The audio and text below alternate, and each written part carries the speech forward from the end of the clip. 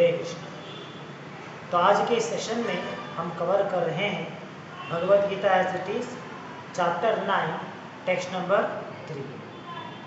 तो आज का जो श्लोक है ये एक प्रकार का वार्निंग है भगवान की तरफ से। जैसे हम देख सकते हैं पिछले श्लोक में भगवान ने, पिछले 2 श्लोकों में भगवान ने राजयोग के बारे में बात किया है, जो इस अध्याय में भगवान समझाने वाले हैं। मतलब कॉन्फिडेंशियल नॉलेज, अति गुह्यतम ज्ञान, उसके बारे में इस अध्याय में भगवान समझाने वाले हैं। उसके बारे में भगवान ने उल्लेख किया है पिछले 2 श्लोकों में। और टेक्स्ट नंबर 4 से भगवान इस गुह्यतम ज्ञान, जो जो अति सीक्रेट नॉलेज है, इससे देना प्रारंभ करते हैं। तो उस सीक्रेट नॉलेज को देने से पहले भगवान यहाँ पे एक सूचना दे रहे हैं। तो ये सूचना क्या है? जैसे एग्जाम्पल के लिए अगर आप कोई वीडियो देख रहे हैं तो उस वीडियो से पहले वहाँ पे सूचना दिया जाता है ना। जैसे मान लीजिए अगर कुछ बहुत ही क्राइम सीन है या वहाँ पे कुछ बहुत ही खून खराबे का सीन होता है तो वहाँ पे कहते हैं कि बच्चे इसे ना देखें। अगर हो सकता है वहाँ पे कुछ हास्यास्पद, कुछ तो कॉमेडी सीन चल रहा है तो उससे पहले सूचना दिया जाता है कि यहाँ पे दिए गए सभी पात्र जो है और संदर्भ जो है वो काल्पनिक है, इसे कोई किसी का ताल्लुक नहीं रखता। तो इस प्रकार जो भी वो उस वीडियो में सीन में दिखाना चाहते हैं उससे पहले सूचना देते हैं अपने तरफ से। तो इसी प्रकार आज का जो श्लोक है ये भगवान की तरफ से एक सूचना है। तो भगवान ने ऑलरेडी हेडिंग में कह दिया है कि वीडियो के टाइटल में कि आप आगे क्या देखने वाले हैं या आगे क्या सुनने वाले हैं, राजयोग के बारे में सुनने वाले हैं, बहुत ही सीक्रेट नॉलेज के बारे में आप सुनने वाले हैं। तो ये ऑलरेडी कह दिया है पिछले 2 श्लोकों में। और अभी भगवान जो है आज के श्लोक में एक सूचना दे रहे हैं और इसके बाद में अगले श्लोक से भगवान जो है वो ज्ञान देना प्रारंभ करेंगे। मतलब जो उसका एक्चुअल कंटेंट है वो प्रारंभ होगा। तो ये सूचना क्या है? यहाँ पे सूचना ये है कि भगवान कहते हैं अगर किसी को श्रद्धा नहीं है, फेथ नहीं है, तो वो इस ज्ञान को पा नहीं सकते, इस ज्ञान को अपने जीवन में अप्लाई नहीं कर सकते। तो उस प्रकार के लोग पुनः इस संसार में पुनः जन्म लेते हैं। तो ये एक प्रकार की सूचना है भगवान की तरफ से। तो भगवान क्या कहते हैं?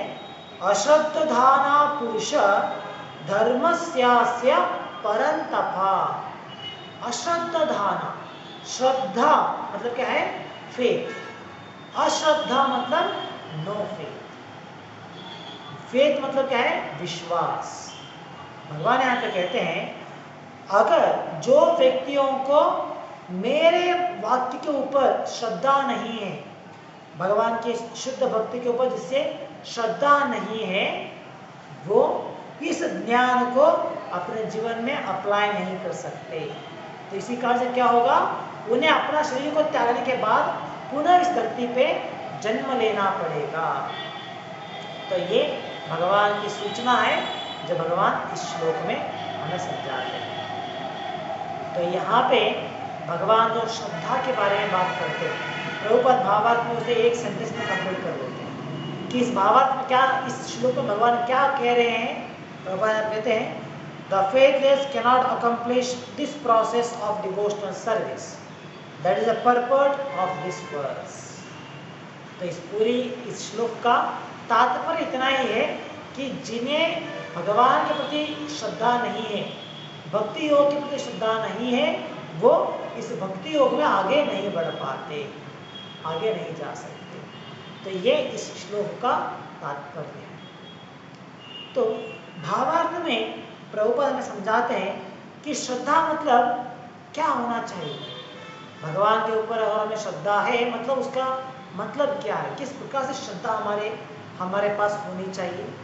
और इस श्रद्धा में भी 3 प्रकार के वैरायटी या 3 वर्ग है, उसके बारे में भी भावार्थ में प्रभुपाद समझाते हैं। बहुत बार क्या होता है लोग कंफ्यूज कर लेते हैं श्रद्धा और अंधविश्वास को। अंधविश्वास मतलब क्या है? बिना सोचे समझे, विदाउट एनी नॉलेज। हाँ, ये लोग कह रहे हैं और मुझे इसका पालन करना है, मुझे इसे अपने जीवन में अडॉप्ट करना है, उसे कहते हैं अंधविश्वास। जैसे हमने एग्जाम्पल दिया था पहले, अगर एक बिल्ली रास्ता काटता है तो हमें आगे नहीं बढ़ना चाहिए, काम नहीं हो जाएगा। इसके बारे में कुछ भी ज्ञान नहीं है हमारे पास, सिर्फ हमने लोगों से सुना है और उसके आधार के ऊपर हम मान लेते हैं हाँ ये सही है, और उसके ऊपर हम विश्वास रखते हैं, तो उसे कहते हैं अंधश्रद्धा, या उसे कहते हैं हम ब्लाइंड फेथ। वहां पे ज्ञान नहीं होता, it is bereft of knowledge. तो ये अंधविश्वास अलग है और भगवान के ऊपर फेथ या विश्वास अलग है। यहाँ पे जब भगवान कहते हैं कि हमें श्रद्धा होनी चाहिए, तो यह अंधविश्वास नहीं है, बल्कि ये ज्ञान पूर्वक, ज्ञान के द्वारा या ज्ञान के बल के आधार के ऊपर जो हम विश्वास रखते हैं, उसे यहाँ पे कहते हैं फेथ और विश्वास, श्रद्धा। जैसे मान लीजिए एक ऑर्गेनाइजेशन है, उस ऑर्गेनाइजेशन में जो बड़े पद पे है, बड़े पोजीशन में है, वो लोग एक दिन एक स्टेटमेंट करते हैं। जैसे मान लीजिए उनकी जो कंपनी है या उनकी जो फैक्ट्री है, वहाँ पे कुछ काम करने वालों के ऊपर वो लोग कुछ इल्ज़ाम लगाते हैं, कुछ उनके ऊपर अक्यूज़ करते हैं, और वो सभी लोग कहते हैं कि जो हमने कहा है वही सही है और ये गुनहगार है। तो उसके बारे में उनके पास कुछ भी सबूत नहीं है, कुछ प्रूफ नहीं है, फिर भी वो लोगों से कहते हैं कि हाँ ये हम कह रहे हैं, हम डिक्लेयर कर रहे हैं कि ये गुनहगार है। उसके बात करने के लिए या उसे अपनी तरफ से कुछ एविडेंस देने के लिए उसे एक मौका भी नहीं दिया जाता, लेकिन फिर उसके ऊपर क्लेम कर दिया जाता है और लोग इसे मान लेते हैं, इसे स्वीकार कर लेते हैं, हाँ ये व्यक्ति कल्प्रिट है। क्यों कल्प्रिट है? आपको कैसे मालूम पड़ा? अरे हमें कुछ नहीं मालूम, उन्होंने कहा, हमने मान लिया। तो इसे क्या कहते हैं? अंधविश्वास। It is known as a blind faith. वो अपने जो अधिकारी है वहां पे, उनके ऊपर श्रद्धा रख रहे हैं, हाँ ये जो भी कहते हैं वो सही रहता है, जो भी ये बात करते हैं वो सही होता है। तो इस प्रकार से अंधश्रद्धाओं के ऊपर है, इसीलिए वो ये देख नहीं पाते कि क्या सही है क्या गलत है। उन्हें ये ज्ञान नहीं है, उनके पास वो नॉलेज भी नहीं है कि हाँ ये गलत है, ये ज्ञान उनके पास नहीं होता। तो इस प्रकार के वो अपनी श्रद्धा रखेंगे अपने अधिकारी के ऊपर, और बिना सोचे, बिना ज्ञान के, बिना तर्क के बिना, और वो स्वीकार कर लेते हैं कि जो भी उन्होंने कहा है वो सही है। हो सकता है कि वो मॉरली वो गलत हो सकता है, मॉरलिटी के अनुसार वो दिख रहा है कि ये गलत है, लेकिन फिर भी वो स्वीकार कर रहे थे हाँ ये जो कह रहे हैं ये सही है और हमें इसका पालन करना है। तो इसे कहते हैं अंधश्रद्धा और ब्लाइंड फेथ, जो हम आजकल के समय में देख सकते हैं। बहुत सारे ऑर्गेनाइजेशन में, बहुत सारी संस्थाओं में इस प्रकार के अंधश्रद्धा को हम देख सकते हैं। लोग बिना सोचे समझे, वो जो भी उनके एक्सपर्ट्स है वहाँ पे, जो भी उनके सुपीरियर्स है, जो भी वो कहते हैं वो लोग मान लेते हैं बिना उसके ज्ञान के बिना। तो इसे कहते हैं अंधश्रद्धा। और श्रद्धा मतलब क्या होना चाहिए? इट इज विथ नॉलेज, ज्ञान पूर्वक हमें उसको समझना है, और उसे कहते हैं श्रद्धा और फेथ। जैसे फॉर एग्जाम्पल आचार्य कहते हैं Krishna is supreme personality of God है, तो इसे हम सिर्फ उन्हें कहने के ऊपर हम नहीं मान लेते, बल्कि हम इसके बारे में ज्ञान को प्राप्त करते हैं, शास्त्रों के द्वारा, भक्तों के संग में प्राप्त करते हैं और इसे स्वीकार करते हैं, हाँ कृष्णा ये सुप्रीम पर्सनालिटी ऑफ गॉड है। तो ये श्रद्धा कहाँ से आया है? हमें ज्ञान के साथ, ज्ञान है, हमने शास्त्रों में देखा है, आचार्यों से सुना है, भक्तों के संग में सुना है, तो इस प्रकार से उसे हम स्वीकार करते हैं। इसे गुरु, साधु, शास्त्र, इन तीनों के बल के ऊपर हम स्वीकार करते हैं यस कृष्णा है सुप्रीम पर्सनालिटी ऑफ गॉड है। तो इसे अंधश्रद्धा नहीं कहलाता, बल्कि ये हमारी श्रद्धा है भगवान के ऊपर, आचार्य के वाक्य के ऊपर हमारी श्रद्धा कहलाता है। तो इस प्रकार श्रद्धा मतलब वहाँ पे ज्ञान होना चाहिए, ज्ञान के बल के ऊपर हमें विश्वास करना है, उसे वो सही है, वो श्रद्धा है। तो भगवान यहाँ पे कहते हैं कि अगर एक व्यक्ति को भक्ति योग के बारे में श्रद्धा नहीं है तो क्या फायदा है। तो वो भक्ति के बारे में कुछ भी सुनेगा, पढ़ेगा, समझेगा, डिस्कस करेगा, लेकिन उसके बावजूद अगर उसके मन में श्रद्धा नहीं है तो वो यहाँ पे प्रोग्रेस नहीं कर सकता। First thing is required is shraddha. जैसे मान लीजिए इस अध्याय में आगे भगवान इतने कॉन्फिडेंशियल नॉलेज बताने वाले हैं, इतने सीक्रेट नॉलेज बताने वाले हैं, तो अगर हमें भगवान के ऊपर श्रद्धा नहीं है तो भगवान के वाक्य के ऊपर श्रद्धा कैसे आएगा। अगर हमें भगवान के ऊपर श्रद्धा नहीं होता है तो हम सोचेंगे भगवान तो यहाँ पे कह रहे हैं ऐसा, लेकिन कितना सही है। यहाँ पे तो किताब में लिखा है कि भगवान ये वाक्य कह रहे हैं, लेकिन कितना सही है। हो सकता है किसी और ने लिखा होगा, या नहीं तो इसका कुछ और अर्थ हो सकता है, इसका कुछ और अर्थ रहेगा, या ये भी हो सकता है कि भगवान कृष्ण ने हमें हमसे झूठ कहा होगा, है ना। तो इस प्रकार अगर हमें उनके ऊपर श्रद्धा नहीं है, उनके वाक्य के ऊपर श्रद्धा नहीं है, तो हम भक्ति में आगे नहीं बढ़ पाते, हम समझ नहीं पाते कि क्या सही है क्या गलत है, क्या हमें ये भक्ति करना चाहिए या नहीं करना चाहिए, हम समझ नहीं पाते, क्योंकि हमारे मन में उनके प्रति श्रद्धा नहीं होता। तो एक बार मेरे साथ ये एक्सपीरियंस हुआ था, जब मैं एक कॉलेज में टीचिंग कर रहा था, तो उस कॉलेज में एक स्टूडेंट था जो रेगुलरली हमारे क्लास को अटेंड करता था, बहुत ही विचार विमर्श करते हुए वो प्रश्न पूछता था, आंसर प्राप्त करता था। लेकिन जब भी उसे हम तर्क के द्वारा, शास्त्रों के द्वारा समझाते थे, उसके प्रश्नों को सॉल्व करते थे, उसके आखिरी में जब उसके पास कुछ आर्गुमेंट करने के लिए कुछ विषय नहीं होता या कोई मार्ग नहीं होता उसके पास आर्गुमेंट करने के लिए, तो वो एक आर्गुमेंट वहाँ पे रखता था, और वो क्या है, उसका एक कॉमन आर्गुमेंट था। ये तो कॉमन आर्गुमेंट क्या था, वो कहता था हो सकता है जितना भगवान कृष्ण ने यहाँ पे इस गीता में कहा है उससे और कुछ रहेगा उसके मन में, कृष्ण के मन में इसके अलावा और कुछ ज्ञान रहेगा, लेकिन उसने जानबूझ के हमसे नहीं दिया रहेगा, हो सकता है। तो ये उसका हमेशा प्रश्न होता था कि जितना भगवद गीता में भगवान ने कहा है, भगवान कृष्ण ने बात कहा है, यहाँ पे जितना ज्ञान यहाँ पे दिया है ये बहुत ही कम है, हो सकता है उनके पास कुछ और रहेगा, या हमें गलत दिशा में लेके जाने के लिए, हमें गुमराहने के लिए भगवान कृष्ण ने ये ज्ञान इस तरह से दिया हो सकता है, ये भी चांस रहेगा। तो इस प्रकार की संदेह उसके मन में हमेशा होता है। तो इसे हम कहते हैं नो फेथ, उसे श्रद्धा नहीं है।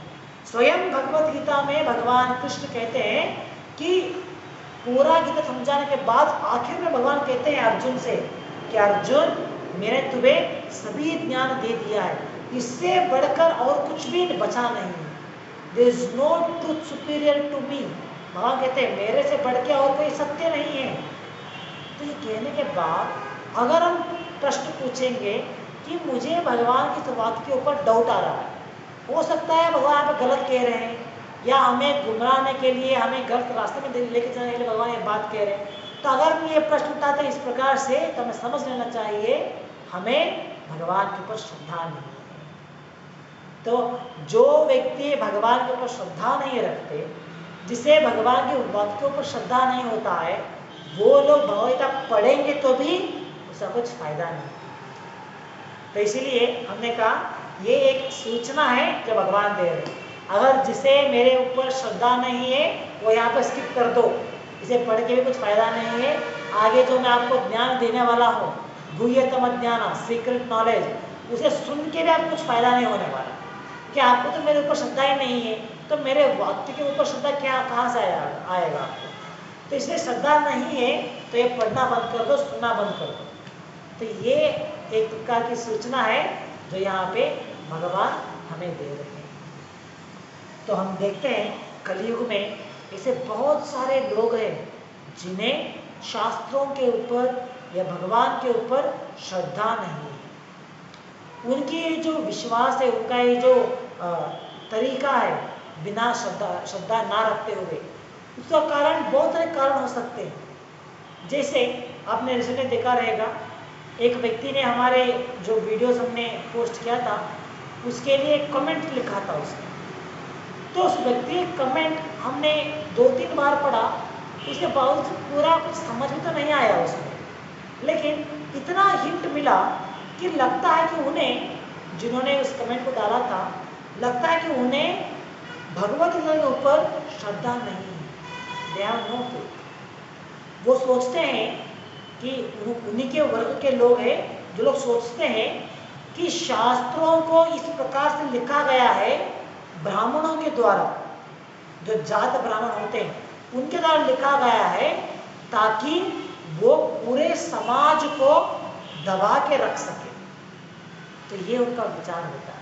वो सोचते हैं कि कुछ ब्राह्मणों ने मिलके, कुछ पंडितों ने मिलके किस प्रकार से समाज को अपने मुष्टि में रखना है, अपने कंट्रोल में रखना है, ये सोचते हुए उसके अंदर जो भी चाहिए उन्होंने एक काल्पनिक कथा लिख दिया है। ये कृष्ण ने ऐसा कहा है, भगवान ने ये कहा है, भगवान ने ये अवतार है, ये सब कुछ काल्पनिक है। और ऐसा कुछ क्यों लिखा गया है? ताकि हम लोगों को कंट्रोल कर सके, जो ब्राह्मण वर्ग है वो हमें कंट्रोल कर सके, इसीलिए उन्होंने ऐसा लिखा है। तो इस प्रकार से बहुत सारे लोग सोचते हैं। तो जो व्यक्ति ने कमेंट लिखा था, पूरा कमेंट समझ में तो नहीं आया, फिर भी उसका जो हिंट था वो लग रहा था कि उनका भी यही विचार है। तो इस प्रकार के विचार उनके मन में क्यों आ सकता है? क्योंकि एक बात तो है कि हमारे इतिहास में हमने देखा है कि कलयुग के प्रारंभ में जो सो कॉल्ड ब्राह्मण्स थे, जो जात ब्राह्मण्स थे, उन्होंने अपना स्थान का दुरुपयोग निकालते हुए बाकी वर्ग के ऊपर बहुत सारे अन्याय किया है, उन्हें दबा कर रखने का प्रयास किया है, उनके ऊपर बहुत सारे अत्याचार किए हैं। ये सही बात है, लेकिन इसका मतलब ये नहीं है कि ये शास्त्रों में लिखा गया है वो सब कुछ गलत है। इसका मतलब ये नहीं है कि जो शास्त्रों को जो पालन करते हैं लोग, वो लोग गलत हैं। इस पर एक कंक्लूजन हमें नहीं पहुंचना चाहिए। तो इसीलिए जो इस तरह के विचार करते हैं उन्हें श्रद्धा नहीं है भगवद गीता के ऊपर। तो जिनके पास श्रद्धा नहीं है, अगर वो इस ज्ञान को प्राप्त भी करेंगे तो क्या फायदा है? बोला अपने जीवन कुछ अडॉप्ट तो नहीं करेंगे, कुछ भी इम्प्लीमेंट नहीं करेंगे, क्योंकि जब श्रद्धा ही नहीं है तो इम्प्लीमेंट कहाँ से करेंगे? तो इसीलिए जब जिसके मन में श्रद्धा नहीं है वो भक्ति में आगे नहीं बढ़ सकता, उन्हें पुनः इस संसार में जन्म लेना पड़ेगा। तो ये भगवान यहाँ पे समझा रहे हैं। तो भगवान के ऊपर श्रद्धा होना चाहिए। हमें भक्ति योग में आगे बढ़ना है तो श्रद्धा बहुत ही इम्पोर्टेंट है। इसे हम कहते हैं कोमल श्रद्धा, फेथ। भक्ति प्रारंभ होता है श्रद्धा के द्वारा, और ये श्रद्धा हमें कहाँ से मिलता है? By association of devotees. भक्तों के संग में ये श्रद्धा मिलता है हमें। श्रद्धा शब्दे कहे विश्वास दृढ़ निश्चय। तो हमें भगवान के ऊपर श्रद्धा होना चाहिए, तब जाके हम भक्ति में आगे बढ़ सकते हैं। तो भावार्थ में प्रभुपाद समझाता है कि श्रद्धा मतलब एक्चुअली क्या है, किस प्रकार की श्रद्धा होना चाहिए। एक 3 एग्जाम्पल यहाँ प्रभुपाद कोट करते हैं। पहला है चैतन्य चरितामृत के द्वारा, जहाँ पे चैतन्य चरितामृत में कहते हैं, यहाँ पे एक स्टेटमेंट है उसका, it is said that one should have complete conviction that simply by serving the supreme lord Shri Krishna he can achieve all perfection. So this is called faith. तो ये एक स्टेटमेंट है चैतन्य चरितामृत में, जहाँ पे कहते हैं कि अगर किसी को भगवान के ऊपर पूरी श्रद्धा है, भगवान की भक्ति योग पर पूरी श्रद्धा है कि मैं भक्ति करने के द्वारा सभी प्रकार की परफेक्शन को प्राप्त कर लूँगा, इसके अलावा कुछ और कार्य करने का आवश्यकता नहीं है मेरे लिए, अगर कोई इस पर श्रद्धा रखेगा तो वह भक्ति में आगे बढ़ सकता है। तो ये एक स्टेटमेंट है। तो इसे कहते हैं रियल फेथ, इसे कहते हैं रियल फेथ। तो ये अगर नहीं है हमारे मन में तो हम कह सकते हैं कि हाँ यार इन्हें तो गीता के ऊपर या भगवान के ऊपर श्रद्धा नहीं है। तो दूसरा स्टेटमेंट है प्रभुपाद कोट करते हैं भागवतम के द्वारा। इसे भागवतम की तीसरी स्कंद में दो उदाहरण दे रहे हैं। पहला है, अगर हम एक पेड़ के जड़ को पानी डालेंगे, नरिश करेंगे, तो उस पेड़ में आने वाले सभी पत्ते, टालियाँ, उसकी जो फ्रूट्स है वो सभी तंदुरुस्त हो जाएंगे, उन्हें पोषण मिल जाएगा। तो इसी प्रकार दूसरा एग्जाम्पल है, जैसे अगर हम पेट में खाना डालेंगे तो उसका शक्ति जो है वो पूरा शरीर में रहने वाले हर एक लिम्स को, हर एक भाग को पहुंच जाएगा। तो इसी प्रकार भगवान कृष्ण जो है वो पेड़ के जड़ है। अगर हम उनकी सेवा करेंगे, उन्हें संतुष्ट करने का प्रयास करेंगे, तो उनके द्वारा सभी देवता, सभी व्यक्ति, सभी जीवी वो संतुष्ट हो जाएंगे, उनका भी सेवा हो जाएगा। तो ये भागवत में कन्फर्म किया है। तो हमें इसके ऊपर श्रद्धा होनी चाहिए, हमें स्वीकारना है, हाँ शास्त्र में लिखा गया है, आचार्य के द्वारा प्रमाणीकृत है और भक्तों के द्वारा ये कन्फर्म किया गया है, तो ये बात सही है, हमें इसे मानना चाहिए। तो उसे कहते हैं श्रद्धा। So that is known as faith. तो अगर इस श्रद्धा को हम रखेंगे, श्रद्धा के साथ भक्तों के संग में अध्ययन करेंगे, ज्ञान को प्राप्त करेंगे, तो हम भक्ति में आगे बढ़ेंगे। श्रद्धा नहीं है, श्रद्धा के बिना ऐसे ही जिसे हम कहते हैं विम्सिकली, नहीं तो बहुत ही सेंटिमेंटली अगर हम फॉलो करेंगे तो क्या होगा, थोड़ा दिन, थोड़ा समय हमें बिता सकते हैं भक्ति में, लेकिन बाद में हम उसे छोड़ के निकल जाएंगे और अपना जो तरीका है पहले का उसे ही अपना देंगे। तो ये बिना श्रद्धा का ऐसा हो सकता है। तो आगे प्रभुपाद कहते हैं कि पूरा भगवद्गीता पढ़ने के बाद अगर एक व्यक्ति को भगवान के ऊपर श्रद्धा है, आचार्य के ऊपर श्रद्धा है, तो उसे क्या करना पड़ेगा, वो एक भक्त बनेगा। पूरा गीता पढ़ने के बाद, भगवद गीता में भगवान क्या कह रहे हैं ये समझने के बाद, भक्तों के संग में से अंडरस्टैंड करने के बाद वो भक्त बनेगा, he become a devotee। यही उसका परिणाम होता है उसके ऊपर। अगर वो सही भगवद गीता पढ़ेगा, अगर उसने बिना श्रद्धा रखे, बिना फेथ, ऐसे ही टेस्ट करने के लिए या नहीं तो इसे क्रिटिसाइज करने के लिए भगवद गीता पढ़ेगा, तो कभी भक्त नहीं बनेगा। जैसे हम देखते हैं बहुत सारे फिलोसोफर्स हैं जो भगवद गीता का अध्ययन करते हैं, लेकिन उनका अध्ययन करने का मकसद क्या होता है, वो गीता के ऊपर टिप्पणी लिखना चाहते हैं या गीता को क्रिटिसाइज करना चाहते हैं, इसीलिए वो लोग गीता पढ़ते हैं। तो बिना श्रद्धा रखे वो लोग भगवद गीता पढ़ते हैं, तो पूरा गीता पढ़ने के बाद भी वो भक्त नहीं बनते, उनके जीवन में कुछ भी बदलाव नहीं आता है, क्योंकि उन्होंने बिना श्रद्धा रखे, उसे क्रिटिसाइज करने के मनोभाव के द्वारा उसे पढ़ा है, तो इसीलिए वो समझ नहीं पाएंगे इस ज्ञान को। तो वो पूरा गीता पढ़ने के बाद भी उनका मन में भगवान के प्रति भक्ति नहीं होता। तो हमें इस प्रकार से भगवद गीता नहीं पढ़ना है, हमें भगवद गीता पढ़ना है श्रद्धा के द्वारा। और ये श्रद्धा अंधश्रद्धा नहीं होना चाहिए। जैसे हमने कहा, अंधश्रद्धा मतलब विदाउट नॉलेज, हमें उस पर श्रद्धा नहीं होना चाहिए, बल्कि हमें शास्त्रों के द्वारा, आचार्यों के द्वारा, भक्तों के द्वारा हमें ज्ञान प्राप्त करना है और ये श्रद्धा रखना चाहिए। हाँ, भगवद गीता पढ़ने के द्वारा हमें भक्त बनना चाहिए, भक्ति योग में आगे बढ़ाने का प्रयास करना है, तो ये श्रद्धा हमें होनी चाहिए।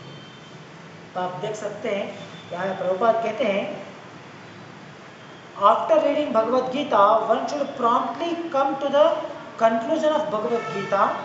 One should give up all other engagements and adopt the service of the Supreme Lord, Krishna, the personality of Godhead.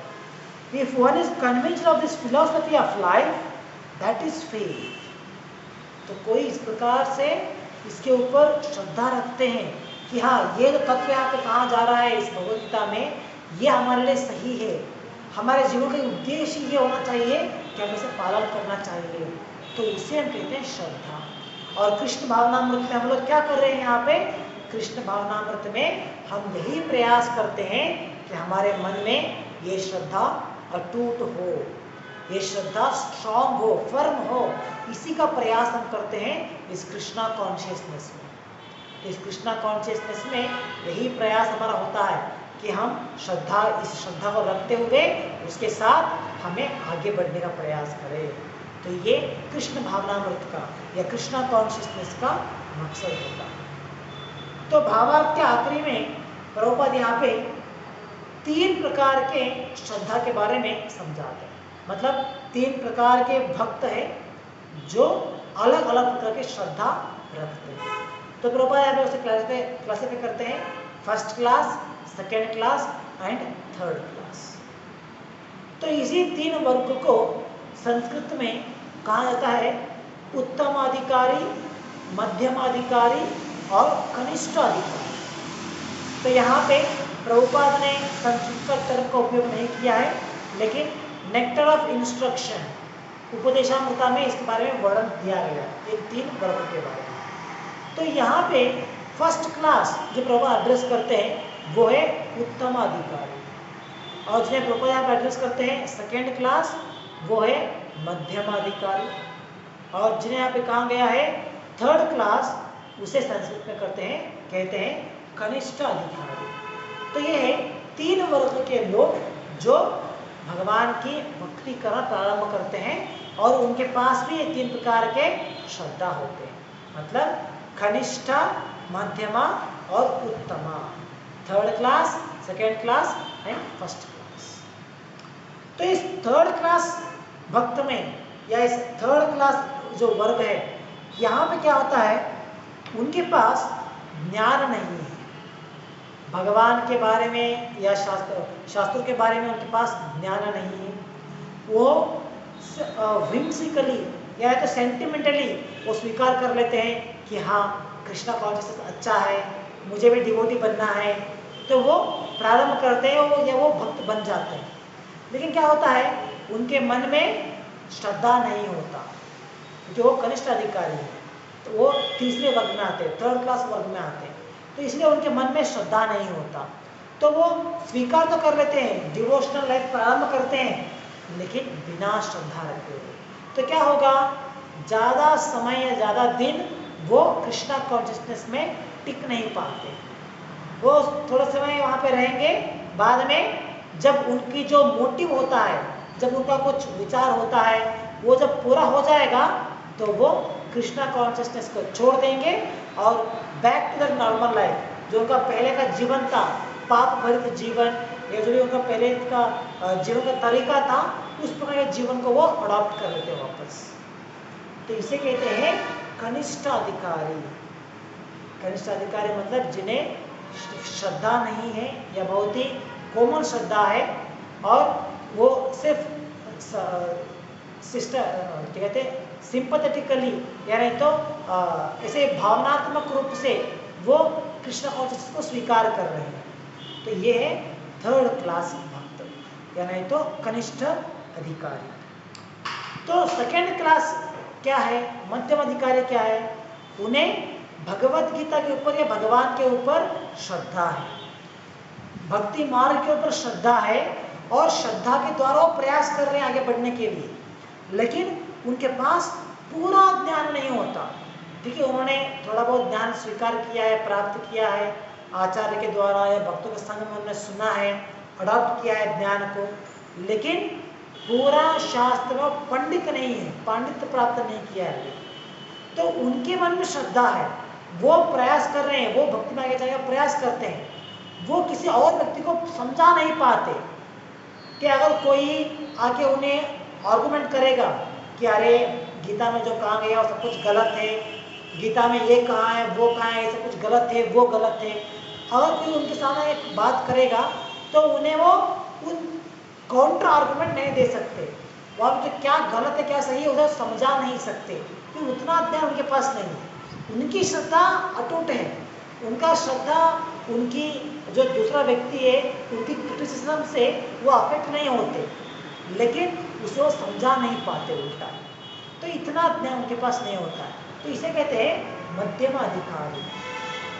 और तीसरा वर्ग है वो है उत्तम अधिकारी और फर्स्ट क्लास कैटेगरी, जो जिनका जो श्रद्धा है वो बहुत ही विश्वास है, इट इज कंप्लीट कन्विक्शन, उनका पूरा विश्वास है कि भक्ति के ऊपर, भगवान के ऊपर, शास्त्रों के ऊपर पूरा विश्वास है। और साथ साथ में वो शास्त्रों में अच्छे से पढ़ के समझ के उन्होंने उसमें कन्विक्शन प्राप्त किया है, ज्ञान को प्राप्त किया है, तो उन्हें कहते हैं उत्तम अधिकारी। वो किसी को भी आर्गुमेंट कर सकते हैं, किसी को प्रचार करते हुए किसी को भक्ति में आगे आने के लिए, भक्ति में आने के लिए वो प्रेरित कर सकते हैं। जो भी संदेह होता है भक्ति के बारे में, उस संदेह को वो मिटा सकते हैं, तो उन्हें हम कहते हैं उत्तम अधिकारी। और उनका श्रद्धा जो है वो बहुत ही स्ट्रांग होता है, इट कैनॉट बी ड्विंडल्ड, कोई उसे हिला नहीं सकता। मध्यम अधिकारी श्रद्धा भी स्ट्रांग होता है, उसे कोई हिला नहीं सकता, लेकिन वो किसी और को समझा नहीं पाते, उतना ज्ञान नहीं होता। और जो कनिष्ठ अधिकारी है वो उनका श्रद्धा ही ड्विंडल करता है, उनका श्रद्धा ही हिलता रहता है, उन फर्म फेथ नहीं है। कोई भी आएगा उन्हें क्रिटिसाइज करेगा तो उनके मन में डाउट आ जाता है, हाँ ये सही है ना, मैं फॉलो कर रहा हूँ, क्या ये सही है गलत है, गीता में जो भगवान ने कहा है कितना सही है। तो इस बात की श्रद्धा, डाउट्स उनके मन में आना प्रारंभ कर देते हैं, तो वो दिखाता है कि हाँ इनके ये अभी कनिष्ठा स्टेज में है, इनके पास पूर्ण श्रद्धा नहीं है। तो ये तीन वर्ग के लोग जो भगवान के प्रति अलग अलग प्रकार की श्रद्धा को रखते हैं।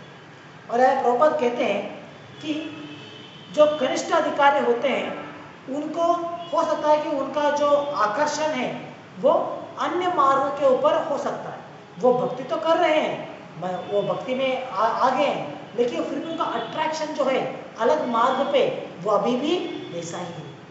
तो जब थोड़ा समय आएगा तो हो सकता है वो अपना मार्ग को डिविएट कर सकते हैं, वो कृष्ण भगवान को छोड़ देंगे और कुछ और मार्ग पकड़ लेंगे प्रयास करने के लिए।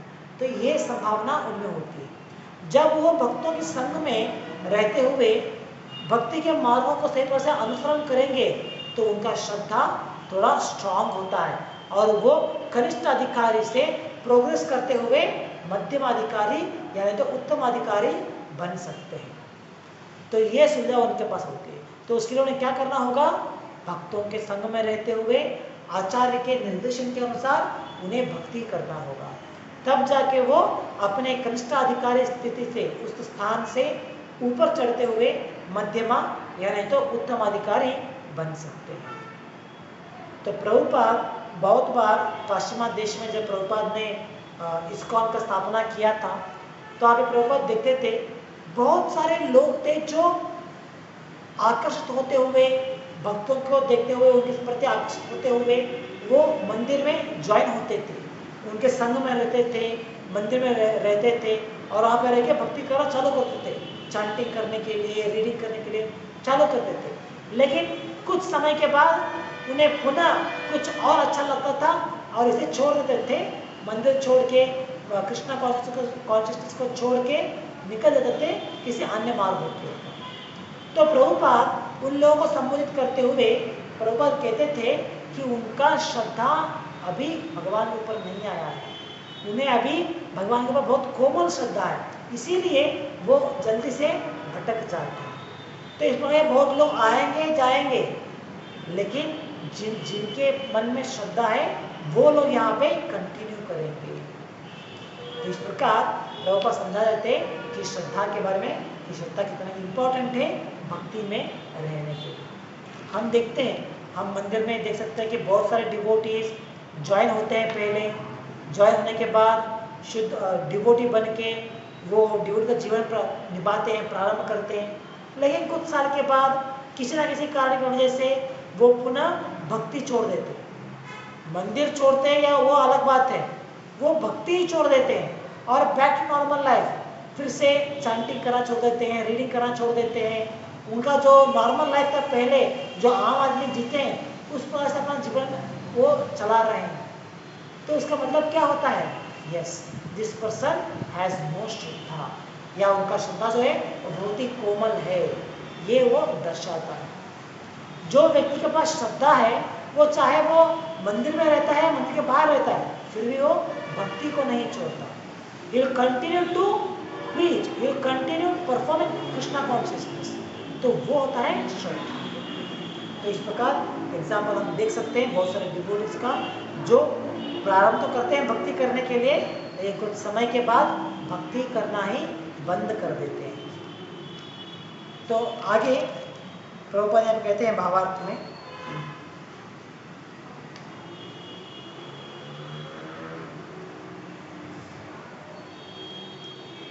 so faith in Krishna is also divided into 3 stages and are described in Srimad Bhagavatam.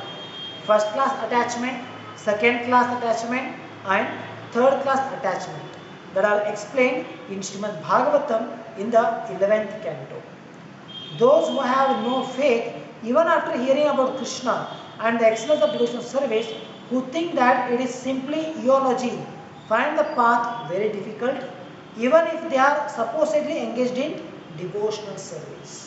तो भगवान के प्रति हमारी जो श्रद्धा होती है, फेथ होता है, उसमें भी 3 प्रकार है जो भागवतम की 11th कैंटो में डिस्क्राइब किया है, first class and second class और थर्ड क्लास श्रद्धा। तो यहाँ पे प्रभुपाद कहते हैं कि कुछ व्यक्ति भगवद गीता को पढ़ने के बाद या सुनने के बाद भी उनके मन में श्रद्धा नहीं आता भगवान के प्रति, तो इस प्रकार के लोग क्या करते हैं, वो ज़्यादा दिन भक्ति नहीं कर पाते, उन्हें वो छोड़।